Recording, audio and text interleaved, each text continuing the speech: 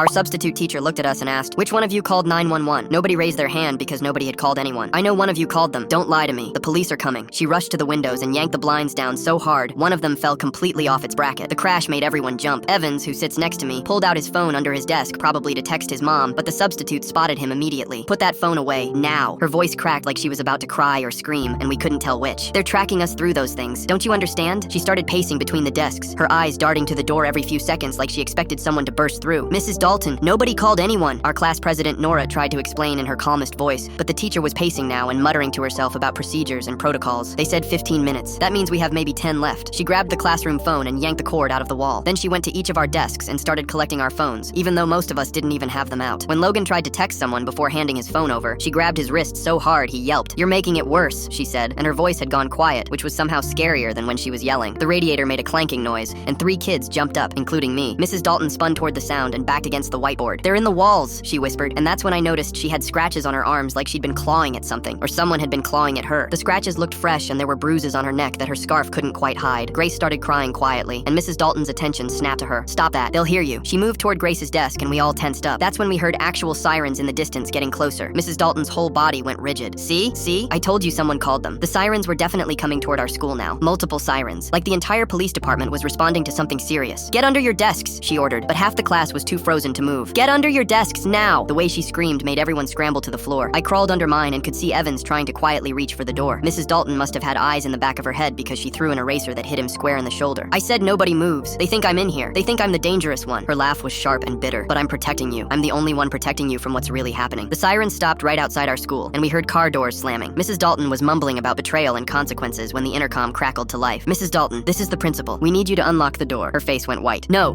you don't understand what's happening." That's when we heard a kid's voice over the intercom. "Mom, please, just let them go. This isn't their fault." Mrs. Dalton made a sound like a wounded animal. Through the crack under the door, I could see shadows of feet, lots of feet. "Mrs. Dalton," a deeper voice said through the door, "I am with the police. Your son Aiden is safe. He's here with us. He called us because he was worried about you." That's when the pieces clicked. The scratches, the paranoia, the way she kept saying someone had called. Her own son had called 911 on her. "He doesn't understand," she said, but her voice was breaking. "I had to teach them. I had to make them learn, just like I taught him." One of the girls in our class gasped. We'd all heard stories about Mrs. Dalton from other schools. The substitute who made kids stand in stress positions, who locked them in closets, who had creative punishments that left bruises. "Mom, you hurt me again last night." Aiden's voice came through the intercom, and you could hear him crying. "You said it was discipline, but my arm." He didn't finish. Mrs. Dalton laughed, but it turned into a sob. "My own son, my own blood. He betrayed me." The door finally opened, and officers flooded in. As they led her away in handcuffs, she looked back at us one more time. "Which one of you called 911? She asked again, like she'd forgotten everything that just happened.